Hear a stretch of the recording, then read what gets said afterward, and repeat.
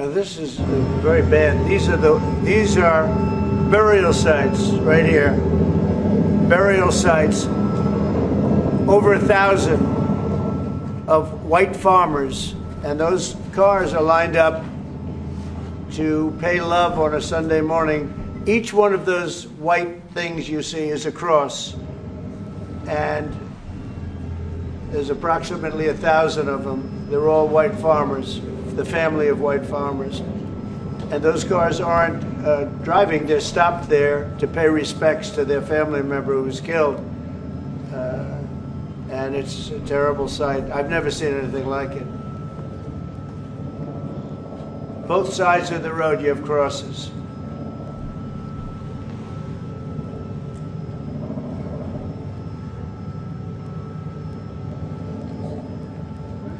Those people were all killed.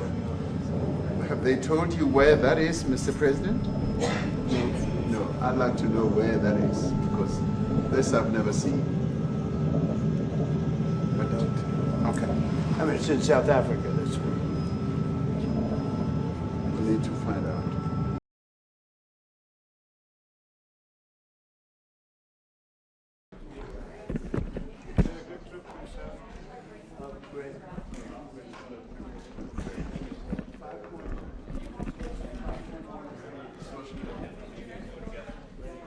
The trip to the Middle East was very good.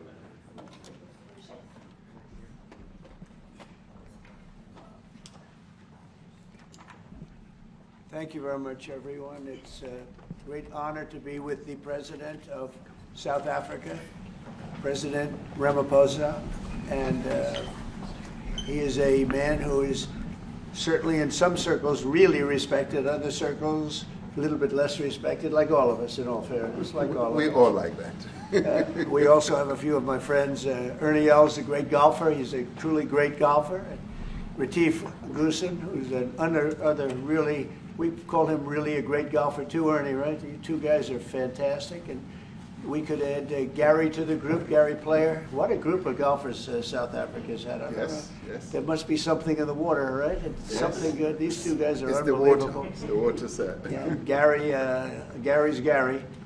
And David Frost, also another one that I know is such a great one. Indeed. Was he as good a putter as they say, David? He's a putter. He's a putting machine, right? Absolutely. But he's another one. So something very good about South Africa in golf, and golf is still doing great in South Africa. And they have young players, I hear, coming up that are going to be very good. But it's an honor to have you here, and my friend, it's an honor to have you, one of the greatest businessmen in South Africa and long beyond. Thank you for being here. It's a very, very great honor. Appreciate it.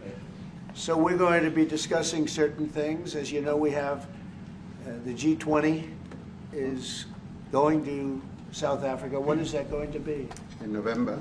In November. And thereafter, I hand over to you. And yes, we have it next. You originated the G20, so I'll hand over the baton to you, and then you lead the G20 We're in the world. We're going to have it the following year. Yeah. So we'll be discussing many things, and some of the things you've been reading about in the papers and the media. And I would say that, look, the president is a truly respected man in many, many circles, and in some circles he's considered a little controversial. But we're going to be discussing some of the things that are taking place in South Africa and see if we can help. And we want to help. And we've had a long relationship with South Africa. I have, because indirectly I have so many friends that live there. I have a lot of friends. I mean, these are famous guys, but I have a lot of friends that live there that are tremendous people. And we'll be discussing that. We'll have a nice conversation, and I really appreciate that you guys came along. It really helps us in our thought process. But it is a great honor to have you, and I appreciate you called. He called. I don't know where he got my number, but I picked up. He said, I want to come over and see you. And that was my honor, and thank you very much for being here. You're most welcome. Thank most you very welcome. much. Well, thank you very much for welcoming us to this reformed White House. I've been here before, and it looks really fantastic. I must congratulate you. Thank you. But I also thank you for allowing our delegation. This is a very mixed delegation that you've got. We've got people from government, my ministers. I've got someone from the trade union movement who we really collaborate with, and from business as well, and our sporting legends. When I spoke to you, you said, yes, come along and bring Gary Player, bring Eddie Els and Retief Goosen. I brought the two of them. Gary Player, I spoke to him, and he said, look, I'm getting rather on in my years, but wishes us luck in this discussion with you. So it's a real joy, and I'd also like to thank you for allowing your people to start discussions with us at the trade level. I mean, we are essentially here to reset the relationship between the United States and South Africa. We are long-standing partners in many, many ways. We've collaborated in many fields, in space issues, in energy, and in trade, and we therefore need to reset that, particularly in the light of some of the announcements that you made on trade and investment. Right. So we want to advance more trade between the two of us, our two countries, and our people now have been empowered by yourself and by myself to start engaging, and we hope that we will be able to fuel that engagement during our talks. And we also want to discuss issues that have to do with how we promote further investments in both countries. We've got about 22 companies from South Africa that have invested in the US. That's creating a number of jobs. And similarly, you've got almost 600 companies that have invested in South Africa, and some of them have been in South Africa for more than 100 years. That's true. So our links are really long-lasting, and we would like to recalibrate those relations between our two countries and discuss a whole range of issues, geopolitical, the work that you're doing to bring peace around the world, in Ukraine and in the Middle East. So we value that, and we are also a great contributor to peace processes that are going on around the world. And of course, we want to discuss how we can support each other. You are a much bigger economy than we are. We're just a tiny economy, but we rely on each other on a number of issues. We've got critical minerals that you want to fuel the growth of your own economy and reindustrialize. So we have that on offer, including rare earth minerals. So all that combination of opportunity and the products that we buy from you, as well as what we sell to you, I believe makes up a really good and powerful relationship, which we need to strengthen, which we need to engender. And that is really what has brought us here. And we are really privileged to have great South Africans in the mix. As you said, you'd like to see them as well. And I brought you a really fantastic golf book. Weighs 14 kilograms. Oh, that sounds good. And it showcases the golf courses in our country.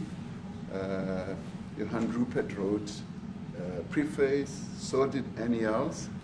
And I want to showcase our golf courses. You might remember when I spoke to you, and we spoke about golf, you said I should start practicing. And I've started practicing, President, so I'm ready. But let me end just the introductory remarks by thanking you. You may not recall that 5 years ago I spoke to you during the COVID period. Right. And it was at a time when the whole world was going through a really cathartic moment. Right. And we asked for assistance, and you were able to assist us with respirators.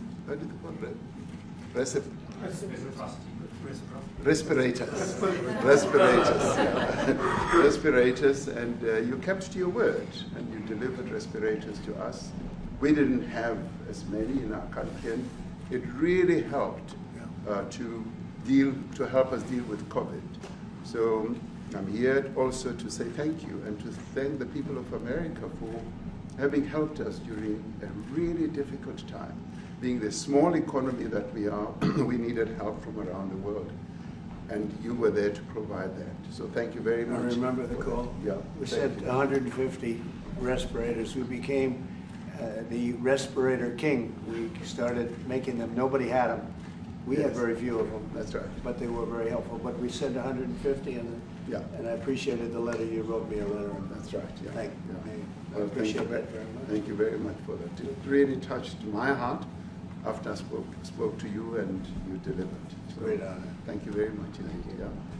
Any questions, please? Mr. President, you welcome white Afrikaner refugees here. Can you explain to Americans why it's appropriate to welcome white Afrikaners here when other refugees like Afghans, Venezuelans, Haitians have all had their protected status revoked? Well, this is a group, NBC, that is truly fake news. They ask a lot of questions in a very pointed way. They're not questions, they're statements. We've had tremendous complaints about Africa, about other countries too, from people. They say there's a lot of bad things going on in Africa, and that's what we're going to be discussing today.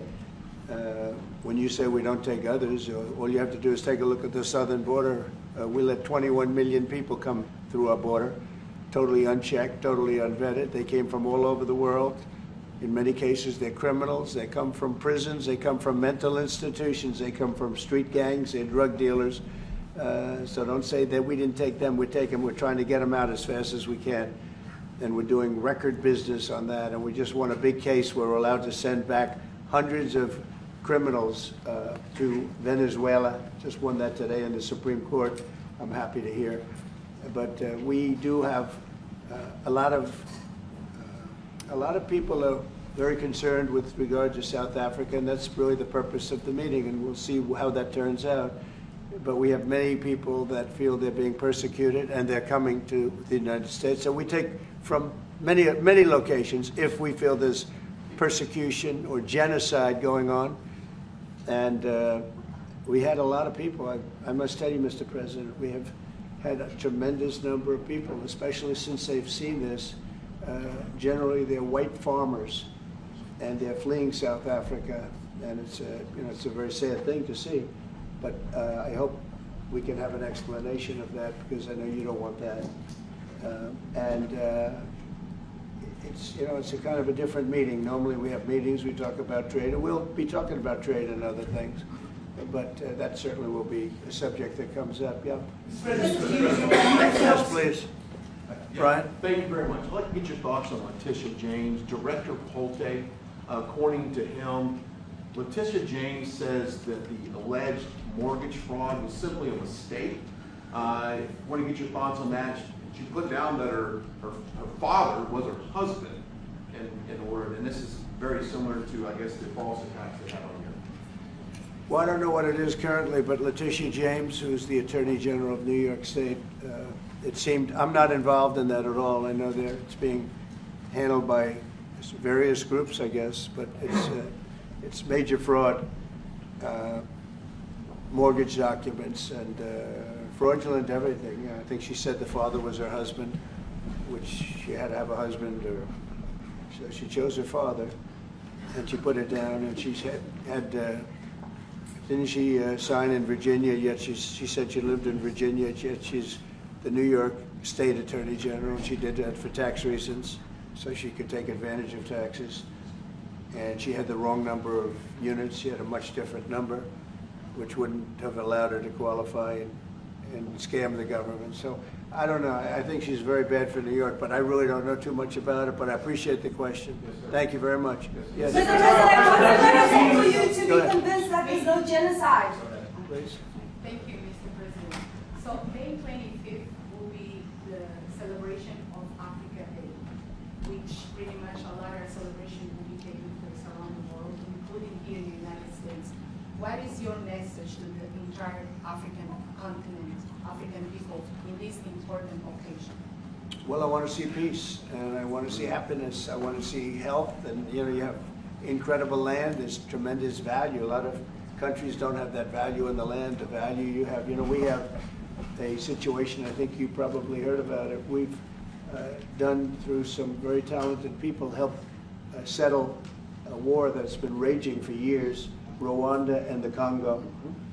And I think we've done it. Believe it or not, I think we've done it. And could you just say a few words about that, my friend? Yes.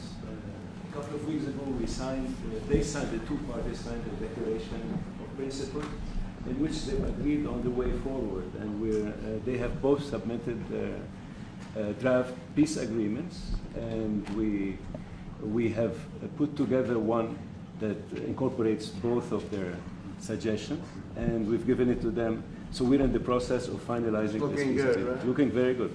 No, we have to thank you for even those efforts, because the African continent, particularly SADC, our Southern African Development Community, has for years been seeking to foster peace in the Democratic Republic of the Congo. So all efforts, including those from outside the continent and inside the continent, are really worthwhile.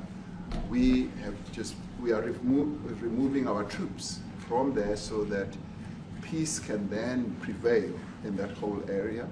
And we hope that with the support of the international community, we will really have peace in that area. It's so vital, it's so important for the whole region. Well, we sent our people there, and I think we did a very good job, as headed by my friend, and that was great. That was great. I mean, I'm just hearing phenomenal reports, because all I'm hearing is death, death, and they're chopping heads off, and it's horrible over there. And it was really brave of you to go there, and I really appreciate it. And it looks like we have something very, very substantial. We also talked about trade with them in terms of rare earth and all, but really more for the, it's like, if you take a look at what we just did with Pakistan and India, we settled that whole thing, and I think I settled it through trade. We're doing a big deal with India, we're doing a big deal with Pakistan, and they said, what are you guys doing? You know, somebody had to be the last one to shoot. But the shooting was getting worse and worse, bigger and bigger, deeper and deeper into the countries. And we spoke to them, and I think I hate to say we got it settled, and then 2 days later, something happens, and they say it's Trump's fault. But Pakistan has got some excellent people and some really good, great leader. And India is my friend, Modi. Modi? And he's a mutual friend? Yeah, yes. He's a great guy. And I called them both, and we just did something good. We're trying to settle Russia, Ukraine. Spoke with President Putin for 2.5 hours the day before yesterday. I think we made a lot of progress, but that's a bloodbath. 5,000 people are being killed a week, 5,000 soldiers a week, not including people in cities and towns that are also being killed. So we're trying to help. And it doesn't affect us. It's not our people, it's not our soldiers, it's Ukraine and it's Russia, but if we can save 5,000 souls, we'll do it. We're pretty good at it. But that's a bad situation. That is a really bad situation. Well, you'll recall when President Zelensky was coming to South Africa, that's when I spoke to you. That's right. We both agreed that we need to push the peace message so that there can really be peace. And we've been involved in the Ukraine-Russia conflict for quite a while. Through my Minister of State Security here, we've been dealing with them, the exchange of children who were taken away, going through names and addresses and all that. So we've been invested in that whole process as well. And the moves that you're making are fully supported by us, because we would like to see the end of that war. That's true. I called Zelensky, and they said, he's in South Africa. I said, what the hell is he doing in South Africa? He was talking to us. We got this big. I said, that's a strange one. I said, what are you doing in South Africa? Yes. That's a strange one. He's trying to make peace.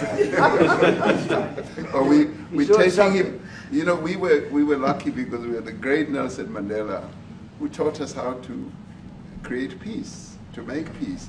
So we were imparting some of those lessons to him, some of those learnings, and I specifically mentioned to him that this is how Nelson Mandela taught us that when you want to have a peace in a country, do it on an unconditional basis and sit down and talk.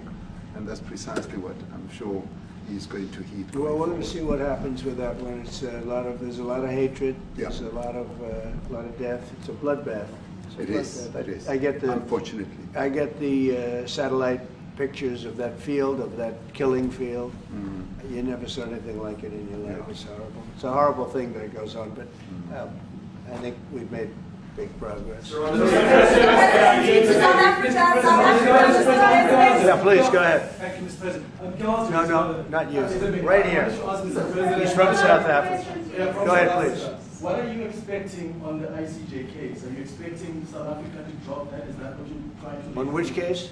The ICJ The International case is Criminal Justice. International Criminal Court. I don't expect anything, to be honest. I really don't. I don't know. It's they've got a case. There's a lot of anger there, tremendous anger. I don't expect anything. We'll see what happens. We'll have a ruling, and who knows what the ruling is going to mean. Yeah. On that subject of Gaza, Mr. President, are you going to be speaking to Prime Minister Netanyahu about Israel's renewed offensive there? There's been a lot of concern from European countries. The Pope has expressed concern. Are you going to be asking Prime Minister Netanyahu to tone down the offensive in Gaza to let more aid in? Was that a question or a statement? It's a question. This guy's, you never change. Mr. President, this time, what will Please. it take for you to be convinced that there's no white genocide in South Africa? Well, I can answer that for the President. It's for him. No, seriously. I'd rather have him answer. Yeah, I'd rather answer that. It will be. Our President will respond to you. Yeah, let me, Thank you, Mr. President. it will take President Trump listening to the voices of South Africans, some of whom are his good friends, like those who are here. When we have talks between us on around a quiet table, it will take President Trump to listen to them. I'm not going to be repeating what I've been saying. I would say if there was Afrikaner farmer genocide, I can bet you these three gentlemen would not be here, including my Minister of Agriculture. He would not be with me. So it'll take him, President Trump, listening to their stories, to their perspective. That is the answer to your question. But, Mr. President, I must say that Trump. we have, wait.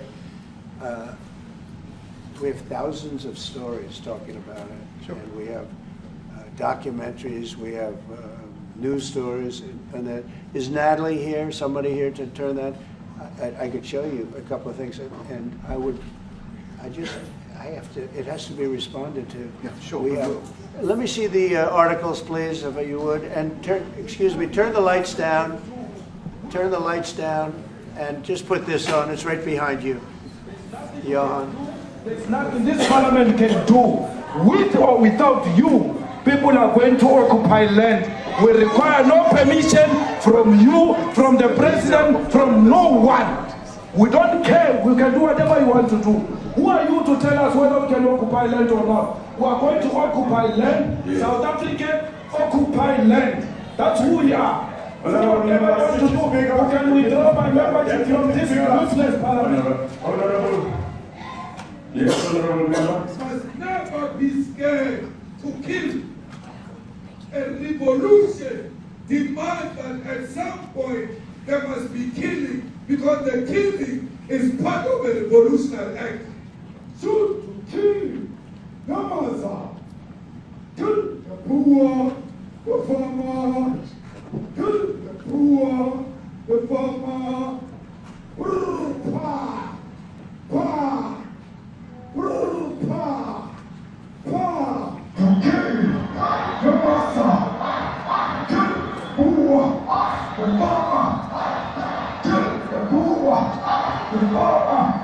The mayor of DA in PE is a white man. So these people, when you want to hit them, go after a white man. They feel a terrible pain because you have touched a white man. Not because Mashaba and Sodi will not be touched. They will be touched, don't worry. But we are starting with this whiteness. We are cutting the throat of whiteness. Shoot to kill, Namaza. Kill the brewer, the farmer. Kill the brewer, the farmer.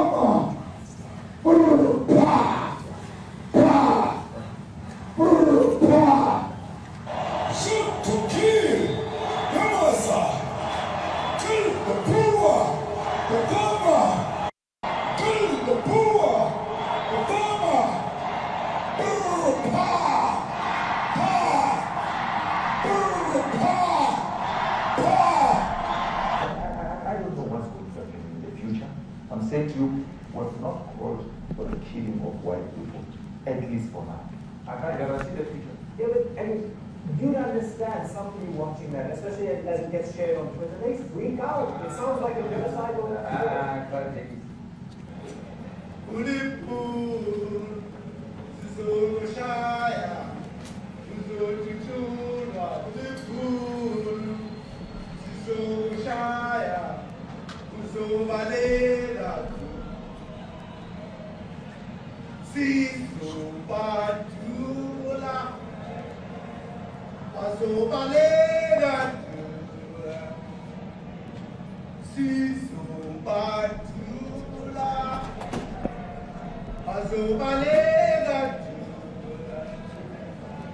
who will expropriate land without compensation, whether they like it or not. If they object, they can seek refugee in America.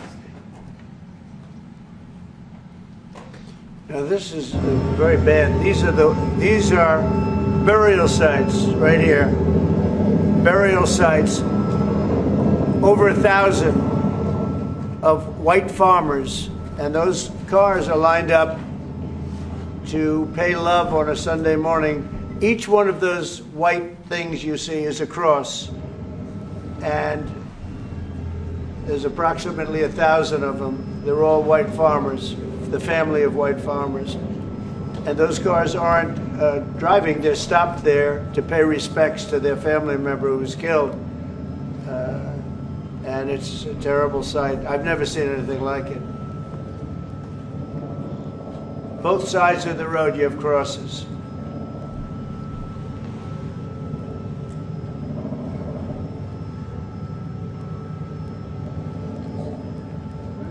Those people were all killed. Have they told you where that is, Mr. President? No, I'd like to know where that is, because this I've never seen. Okay. I mean, it's in South Africa. That's where. We need to find out.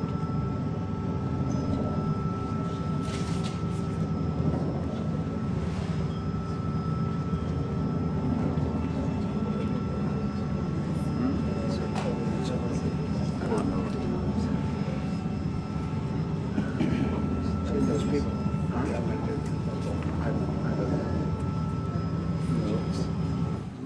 Okay. Mr. President, the Pentagon announced that it would be accepting a Qatari jet to be used as Air Force One. What are you talking about? You know, what are you I want talking to about? respond. You know, you to get out of here. What does this have to do with the Qatari jet? They're giving the United States Air Force a jet, okay? And it's a great thing. We're talking about a lot of other things. It's NBC trying to get off the subject of what you just saw. You are a real, you know, you're a terrible reporter. Number one, you don't have what it takes to be a reporter. You're not smart enough. But for you to go into a subject about a jet that was given to the United States Air Force, which is a very nice thing, they also gave $5.1 trillion worth of investment in addition to the jet. Go back, you ought to go back to your studio at NBC, because Brian Roberts and the people that run that place, they ought to be investigated. They are so terrible the way you run that network, and you're a disgrace. No more questions from you. Go ahead. Go ahead, talk about that. His name is Peter something. He's a terrible reporter. Quiet. Let's go. Thank you so much. President Trump, Anna Pilato from ENCA in South Africa. Thank you very much. Thank you very much. What would you like President Ramaphosa to do about the situation that we've just seen on the screen? I don't know. Look, these are articles over the last few days. Death of people. Death. Horrible death. Death. I don't know. To pick anyone, white South Africans are fleeing because of the violence and racist laws. And this is all, I mean, I'll give these to you. So when you say, what would I like to do? I don't know what to do. Look at this. White South African couple say that they were attacked violently. President Trump, when will you go and see for yourself if it is indeed true? Well, I could do that. Look, here's burial sites all over the place. These are all white farmers that are being buried. And he asks about a jet that was given. You ought to be ashamed of yourself. You know, you are so bad. You're such a bad reporter.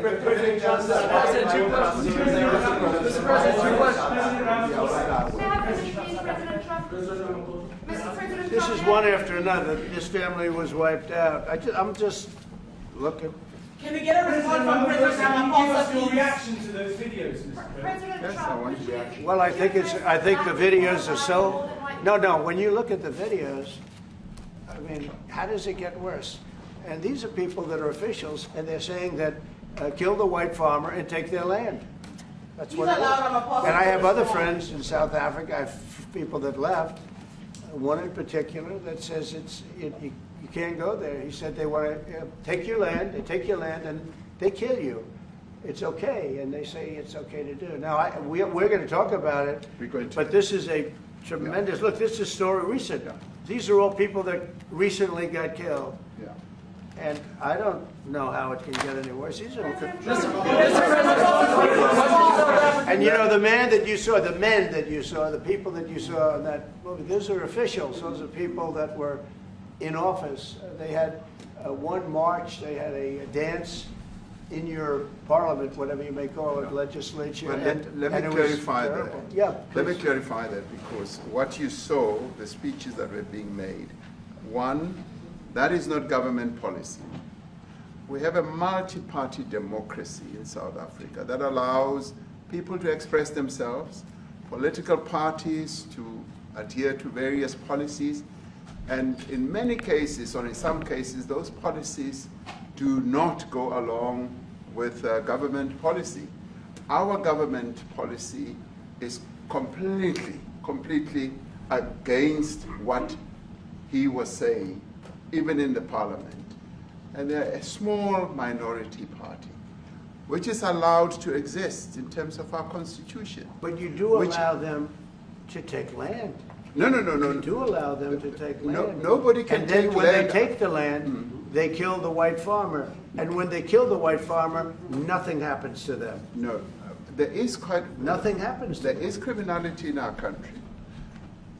People who do get killed, unfortunately, through criminal activity, are not only white people. Majority of them are black people. And we have now been utilized. The farmers are not black. I don't say that's good or bad, but the farmers are not black.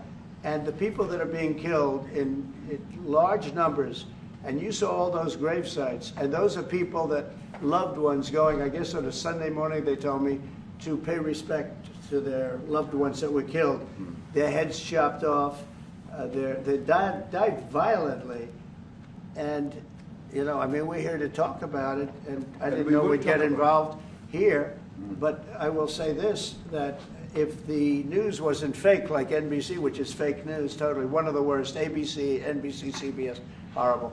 But if they weren't fake news like this jerk that we have here, if we had real reporters, they'd be covering it. But the fake news in this country doesn't talk about that. They don't want to talk about it, but now they have to talk about it. But they won't. This won't even be a subject. They'll have him talking about why did a country give a free, think of this, why did a country give an airplane to the United States Air Force? Okay, the United States, not to me, to the United States Air Force, so they could help us out, because we need an Air Force One until that's Air Force One, it's being built, 2 of them being built. But Boeing's a little bit late, unfortunately. So why did they give us a plane to the United States Air Force? That's what that idiot talks about after viewing a thing where thousands of people are dead. I'm sorry, I don't have a plane to give you. I wish you did. I'd take it. I would take it. If your country offered the United States Air Force a plane, I would take it. Okay. But coming back to this issue, which I really would like us to talk about, and talk about it very calmly. We were taught by Nelson Mandela that whenever there are problems, people need to sit down around a table and talk about them. Well, there are problems. And this is precisely what we would also like to talk about, including, of course, trade matters, investment matters. So the issues that concern you as the United States, those are all recent. Those are all deaths. Yeah, in many ways, I mean, one should say you are a partner of South Africa, and you are raising concerns, and these are concerns that we are willing to talk to you about. Let me just add quickly, you know, the criminality that we are experiencing in our country needs quite a lot of technological capability. And in one of our areas in South Africa, we're using US technology, which is able to, in many ways, identify where shootings are happening and all that. And I'd like to talk about that, because there is support that we can get from you as the United States to help us deal with all these acts of criminality. And that is what I believe partnership is all about. And we are here as a partner so that we can help each other whenever there are challenges. So I'd like us to discuss it, and of course outside of the media, so that we sit down and have a really good discussion that will lead to good outcomes. On any other punitive measures that could be in place should you not be satisfied that South Africa is fixing some of the very bad things, in inverted commas, that you tweeted are happening? Well, there are a lot of bad things happening in many countries, but this in particular has been very, very bad, very bad. And because of we're going to have the whole world watching in another short period of time, because you have the G20, and that's a big deal. And it seems like, I mean, I want you to look good. I don't want you to look bad. Very good. But we have hundreds of people, thousands of people trying to come into our country because they feel they're going to be killed, and their land is going to be confiscated. And you do have laws that were passed that gives you the right to confiscate land for no payment. You can take away land for no payment. I want to clarify that, because we have a constitution. Our constitution guarantees and protects the sanctity of tenure of land ownership. And that constitution protects all South Africans with regard to land ownership. However, we do say, because we've got to deal with the past, the government, and as your government also has the right to expropriate land for public use. And you're doing that. And we've never really gotten underway with that. And we are going to be doing so. You're taking people's land away we have not. from them. We have, and those people, in many cases, are being executed. They're being executed. And they happen to be white, and most of them happen to be farmers. Mm-hmm. And that's a tough situation. I don't know how you explain that. How do you explain that? They're taking people's land away, and in many cases, those people are being executed. And in many cases, it's not the government that's doing it. It's people that kill them and then take their land, and nothing happens to them. But we have thousands of people that want to come into our country. They're also going to Australia in a smaller number. Mm-hmm. But we have thousands of people that want to come into our country, and they're white farmers, and they feel that they're going to die in South Africa. And it's a bad thing. Yeah, please. What can South Africa do? What concessions would you like to see them make to improve relations with the United States? Then I have one more for President Ramaphosa afterwards. Well, we just spoke about, I got them a very, very complex machine, 150 of them. I was asked by the president if he could help, and I did that. And, I have great feeling for all countries. I deal with all countries, but I have a great feeling for South Africa because I have friends. I have a couple of friends, a few friends here today. I have many friends from South Africa, but many of those friends are not, they can't go back. I have, Elon is from South Africa. I don't want to get Elon involved. That's all I have to do, get him into another thing. But Elon happens to be from South Africa. This is what Elon wanted. He actually came here on a different subject, sending rockets to Mars, okay? Yes. He likes that better. He likes that subject better. That's right. But Elon is from South Africa, and I don't want to talk to him about that. I don't think it's fair to him. That's right. But I will say that people are fleeing South Africa for their own safety. Their land is being confiscated, and in many cases they're being killed. And that scene of, You see how many crosses they have. Those crosses, that's a dead person in every one of them.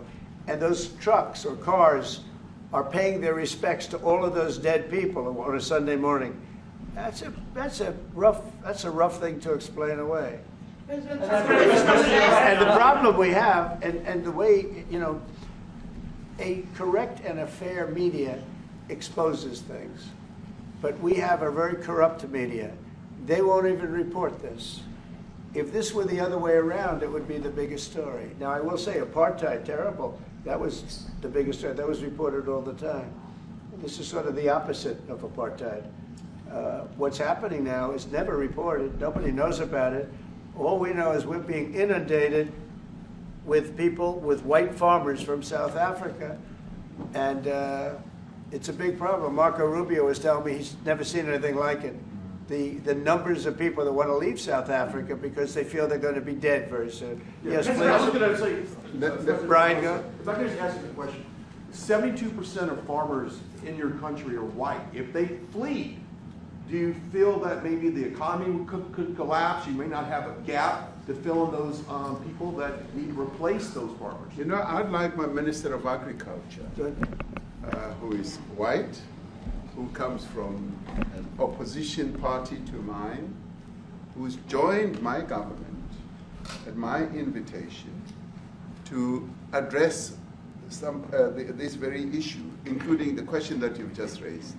John? Thank you very much, Mr. President. Yeah. Mr. President, thank you for welcoming us to the White House. I would say we have a rural safety problem in South Africa. I don't think anyone wants to candy coat that.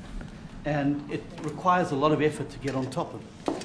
It's going to require more policing resources. It's going to require different strategy to be able to deal with it. But certainly the majority of South Africa's commercial and smallholder farmers really do want to stay in South Africa and make it work. And I've just come from the largest agricultural show in the Southern Hemisphere with organized agriculture and farmers, and the majority of them want to stay. But they too there have a memorial to those who've died as a result of farm attacks. And as the Minister of Agriculture, it is something that I'm particularly exercised with my colleagues at police and my colleagues in the justice cluster to start making farm attacks and stock theft a priority crime. And it affects all farmers in South Africa, particularly stock theft. It has a disproportionate effect on smallholder black farmers. I also want to just say this, that the two individuals that are in that video that you've seen are both leaders of opposition minority parties in South Africa. Nkonto Wesizwe under Mr. Zuma, and the economic freedom fighters under Mr. Malema.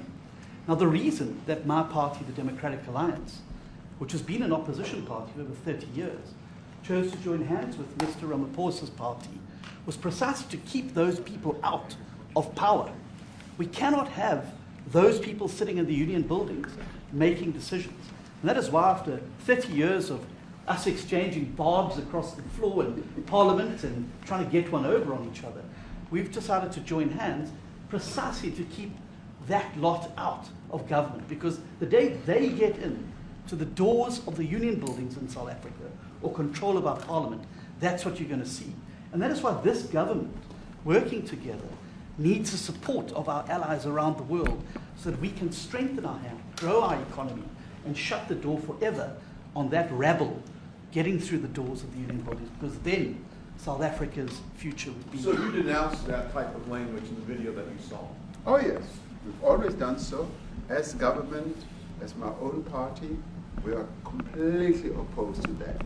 We, in 1955, adopted a document which said South Africa belongs to all who live in it. But why wouldn't you arrest that man? That man said, kill the white farmers, kill the white farmers. And then he danced, and he's dancing, and it's kill the white farmers.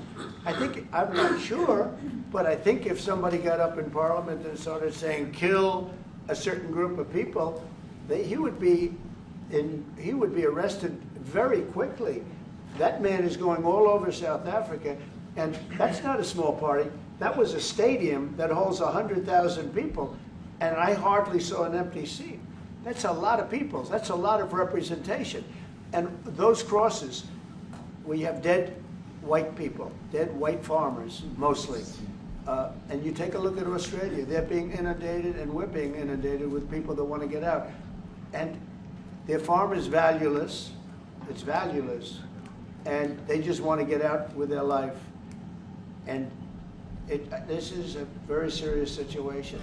And if we had a real news or real press or media, we don't have that because they won't talk about this because they're all guys like that idiot. But if we had a real press, it would be exposed. And you know, the beauty of exposing it is it's like a cleansing action. When it gets exposed, it'll get fixed. That's when it'll get fixed. But people don't talk about it. And I'll tell you who's talking about the thousands of people that are fleeing South Africa right now. President Donald Trump, we discussed USAID and the devastating impact the cuts are having across the African continent. You know, it's devastating, and hopefully a lot of people are going to start spending a lot of money. And I've talked to other nations. We want them to chip in and spend money too. And we've spent a lot, and it's a tremendous problem going on in many countries. A lot of problems going on. The United States always gets the request for money. Nobody else helps, as you know. Europe doesn't help. Europe hasn't given anything. All they do is sue our companies. You know, they sue Apple, and they sue all of our companies. Apple had to pay $17 billion on a nonsense lawsuit. Very unfair. But we're going to always be there to help. Afrikaner extravagant rise by South African broadcasting. If this Afrikaner resettlement issue is resolved, we're going to go into a room after this, you guys are going to talk.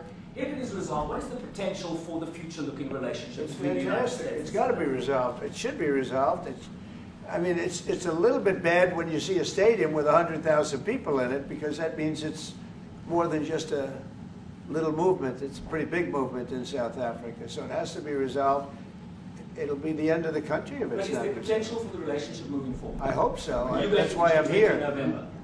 I mean, I'm not here for my health. I'm here to see what it is. No, I'd like to see. I have friends. I can tell you, Ernie Els and Retief Goosen, they feel so strongly they wanted to be here on behalf of South Africa, not on behalf of me.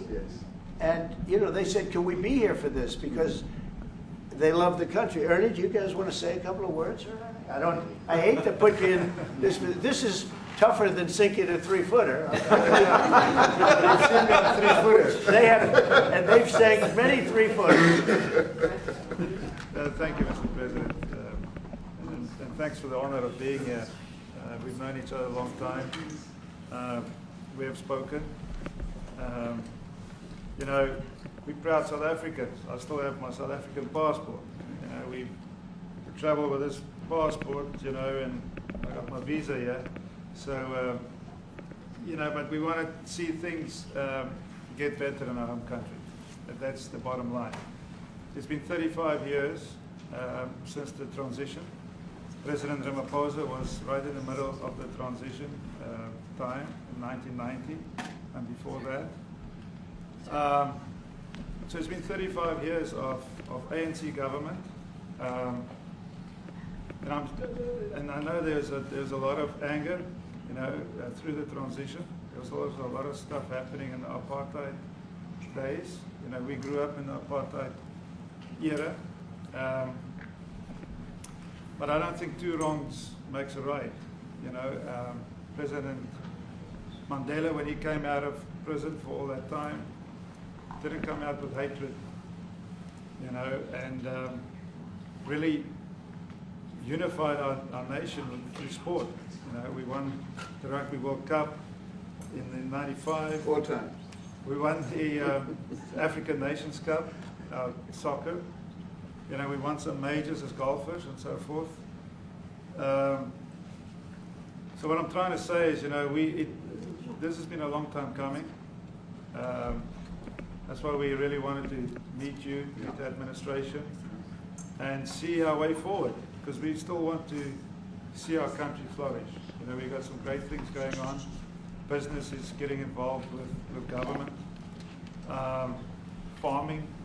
Farmers are getting involved in local municipalities, trying to rebuild some of the infrastructure that's been decaying for a long time.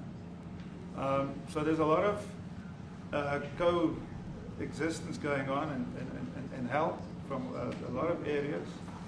But I feel we need the U.S. push this thing through. We've got a great ally. If we can have the US. It's always been an ally of South Africa for a very long time. Even in the days of the war, you know, up in Angola, you know, you guys helped us. So very important for us to have your support and you know, get the change we need. Where did you do that well? He might have done that even better than he plays golf, which is almost impossible. Johan, please. Sorry, Mr. President, if you had to wind all of those tapes properly, you will see I'm the biggest target of that rabble-rouser.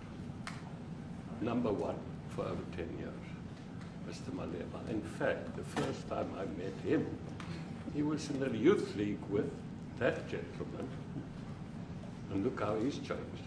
Right. We have too many deaths, but it's across the board. It's not only white farmers, it's across the board. And we need technological help. We need Starlink at every little police station. We need drones. I actually got drones donated for the peace parks to stop elephant and rhino poaching.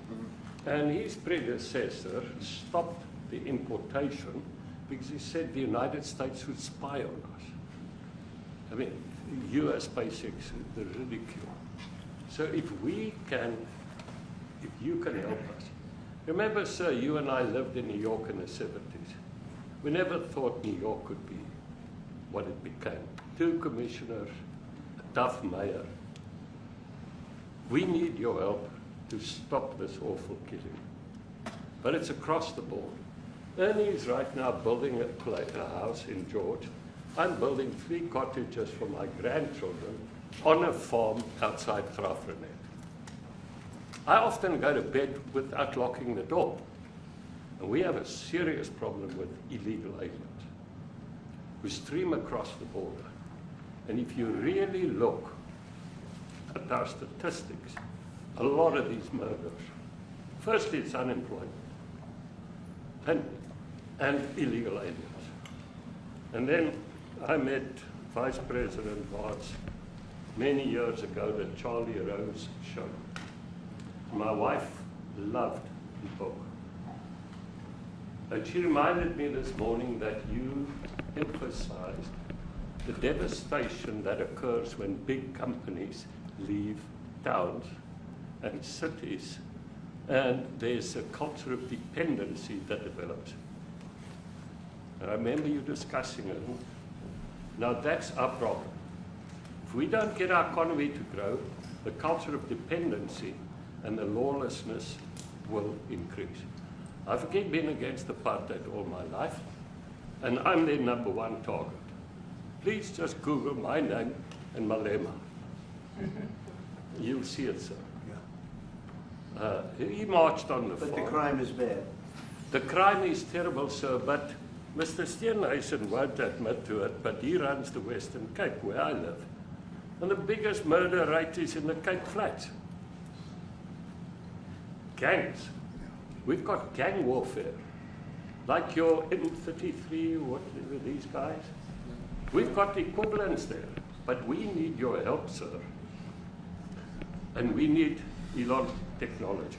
Well, one of the real areas of support is really in investments. We've got to grow our economy, because through growing the economy, we're then able to create more jobs. Because crime really thrives where there is inequality and unemployment. And that is one of the reasons that has brought us here, to improve our investment relations, our trade relations, so that we can preserve the number of jobs that your companies have created in South Africa. By virtue of what we export to you, we are able to create up to 500,000 jobs in the auto industry, in the agricultural industry, and a number of other industries, mining, where we export things to you. And we also know that as South African companies invest here, you are also able to create jobs. So it's a mutually beneficial relationship.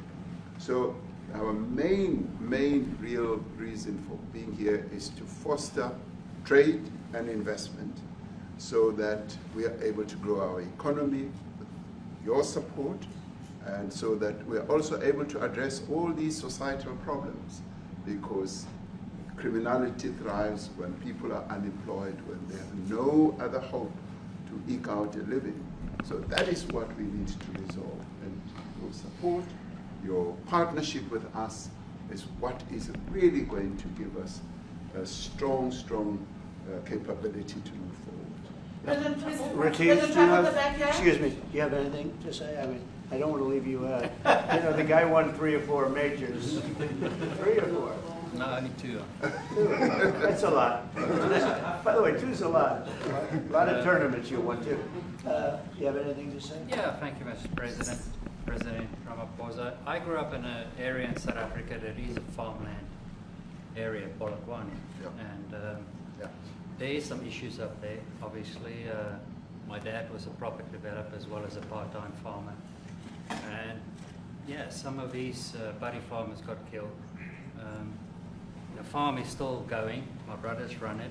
But it's a constant battle with farms they're trying to burn the farms down to chase you away. So it is a concern to try and make a living as a farmer. And at the end of the day, you know, without farmers, there's no food on the plate. So we need the farmers to produce the food. Farming, right?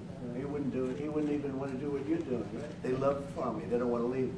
But it's a struggle. Yeah, and you know, food and fresh water is the most important thing in life. You know, without those 2 things, you can't survive. How is the water there?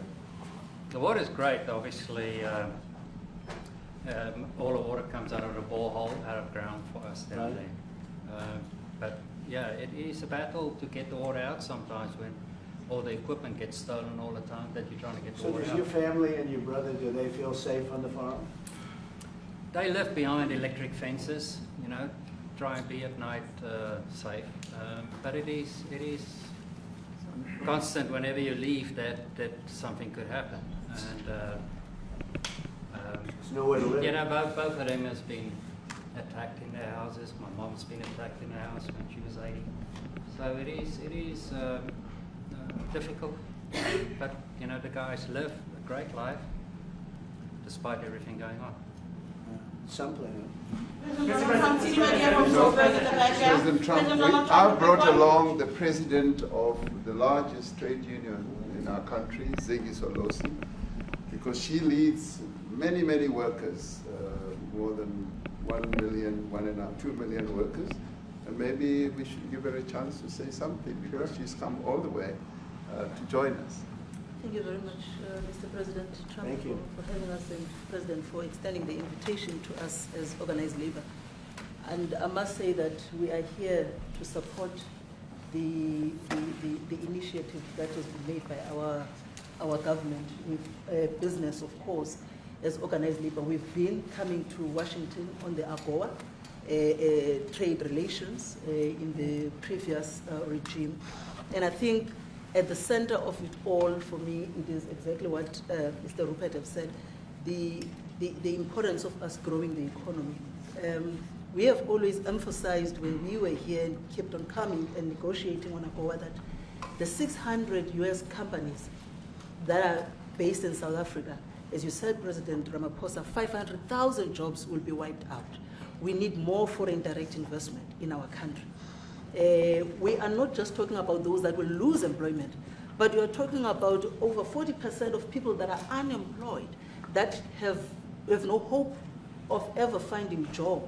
And we think that, correctly, as they have said, that we need to deal with the issue of porous borders in our country, so that everyone that comes in is documented.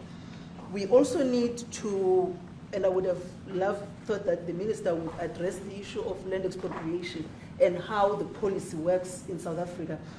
Recently, President, as you were preparing to come here on the news, in, I think it was in Natal, there was a handover of farms. And white farmers were saying We are donating the land, but also there's a willing buyer, willing seller in South Africa. So there is no expropriation without compensation. But it is a willing buyer, willing seller. And that white farmer was even saying, President, that the government is even paying more in buying the land than what the land is worth of. And I think those are the realities, President, that we must say that we need to address, of course, but also the importance of agriculture linked to AGOA. People rely on it, and I think, as Retief have said, for survival and living. But lastly for me, President, is also the issue of the crime statistics. There is no doubt about it that we are a violent nation, for a number of reasons, and we're not condoning anything. But also if you go into the rural areas where black majority are, you would see women, elderly, being raped, being killed, being murdered, and these are black elderly women that would be found throat slits, raped multiple times, and all of that. And the problem in South Africa, it is not necessarily about race, but it is about crime. And we think that we are here to say, how do we, both nations, work together to reset, to really talk about investment, but also help us in how we can have the technology and everything that is needed, President, to really address the levels of crime that we have in our country. Thank you very much. Thank you very much. President Trump, genocide is a very strong word. I'm wondering if you've made up your mind as to whether you believe genocide is occurring in South Africa, or you still have doubts, and if you have made up your mind, why invite President Ramaphosa here today? Well, I haven't made up my mind. I hate to see it from the standpoint of South Africa, but also, I'm trying to save lives. I'm working with Russia and Ukraine. I don't have to do that. It's not our war. It was started by other people. It was helped along by our past administration. It would have never happened if I were president, but I'm trying to save lives. And no matter where. Rwanda, I have nothing to do with Rwanda and the Congo, but I felt I had a very talented person in this administration, and I sent him there, and he did an unbelievable job, I think. I mean, we're going to find out, but he's done the hardest part of the job. It should happen. If I can save lives, I want to save the lives. If it's in Africa, that's great. If it's in Europe, if it's wherever it may be. And it's a very small investment to do, believe me, compared to what the consequences are. So I hope we can do something. Look, I have so many friends. These two men, I have great admiration for them because I know what they do for a living. Yeah. And that's a very hard living. Going from city to city, from country to country, and hitting a ball 350 yards like they do, and better than you and I. Getting the ball in the hole. It's a very tough, with lots of people watching, right? Yes, That's a very tough living. They're champions. I respect champions, and I respect very much. And I think the country is very lucky. They really wanted to be here. That's true. They could be elsewhere. They could be on a beautiful fairway someplace, and they wanted to be here. So. My